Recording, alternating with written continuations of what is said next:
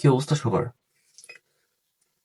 বর্তমানে রকস্টার সিনেমাটা হলে হলে চলতেছে।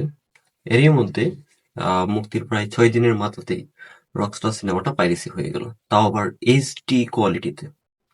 মানে হল প্রিন্টেই, বাট সাউন্ড কোয়ালিটি একেবারে এইচডি, এরকম অবস্থাতে পাইরেসি হয়ে গেছে। অ্যাকচুয়াল এটার মাধ্যমে কি শুধু শাকিব খানের ক্ষতি হয়েছে? না, শাকিব খানের পেছনে যারা কাজ করে, ক্যামেরার পিছনে যারা কাজ করে, শাকিব খানের দ্বারা আরো যে 40টা পরিবার চলতেছে, তাদের ভাত মারা হয়েছে। এতে শুধু শাকিব খানের ক্ষতি হয় নাই, ক্ষতি হয়েছে বাংলা সিনেমা ইন্ডাস্ট্রির। এখন যে মহলটা এই কাজগুলো করছে, এগুলো ঠিক কি কারণে করছে? শাকিব খানকে দমানোর জন্য, নাকি বাংলা ইন্ডাস্ট্রি যতটুকু এগিয়েছে ঠিক আরো ততটুকু পিছিয়ে নেওয়ার জন্য তারা এই কাজগুলি করছে? আমার জানা নেই। এগুলি করে কি আদৌ শাকিব খানকে দেখানো যাবে? আর শাকিব খানকে টিকিয়ে ফেললেনি, তারপরেই লাভটা কি? আপনারা এটা হয়তো ভাবছেন যে আজ শাকিব খান আছে বলে অন্যান্য নায়কের সিনেমা চলে না। আরে ভাই, এটা সম্পূর্ণ ভুল ভাবনা। শাকিব খান না থাকলে তাদের সিনেমা এখন যেরকম চলছে আরো ড্যামেজ হয়ে যাবে।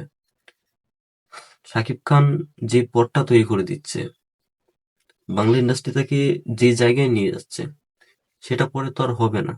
শাকিব খান নামক এই ইন্ডাস্ট্রিটা যদি থেমে যায়। বরবাদের পর মেহেদী হাসান হৃদয় সিএমকে নিয়ে আবারও বড়সড় কিছু প্ল্যান করেছিল, রাক্ষস নিয়ে। সেটা কি পারতো যদি বরবাদ এরকম সাকসেস না হতো? শুরুটা শাকিব খানের। তো এই শাকিব খানকে যদি আপনি থামিয়ে দিতে চান, ভুল করবেন। তো প্রত্যেকটা বেলাতেই তাণ্ডবের বেলাতেও মুক্তির 6 দিনের 7 দিনের মাথাতেই এইচডি কোয়ালিটিতে পাইরেসি হয়ে গেছিল। তো এই জিনিসগুলো যত না রোখা যাবে, ততদিন বাংলা ইন্ডাস্ট্রি সত্যি উন্নতি সম্ভব না।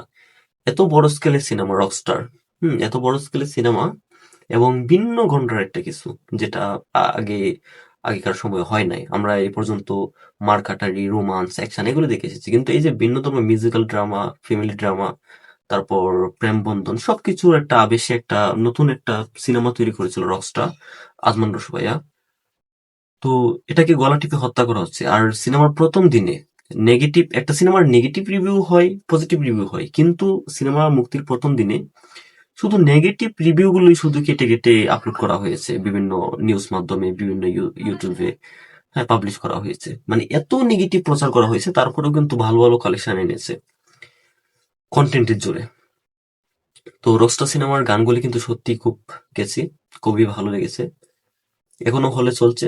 তো সবার প্রতি রিকোয়েস্ট, যারা যারা দেখেন নাই, প্লিজ পাইরেসি দেখে কিন্তু সেরকম ফিল পাবেন না যেরকমটা ফিল পাবেন হলে গিয়ে দেখলে। তো সবার কাছে বিনীত রিকোয়েস্ট যে পাইরেসিকে না বলুন, এবং সবাই সবাই হলে গিয়ে যার যার যদি হাতে সময় থাকে, টাকা থাকে, তাহলে হলে গিয়ে আপনার প্লিজ রকস্টারটা উপভোগ করুন। আর যদি না পারেন, প্লিজ পাইরেসিটাকে এড়িয়ে চলুন। পাইরেসিকে আমরা না বলি, যদি আমরা বাংলা সিনেমার উন্নতি চাই। ধন্যবাদ।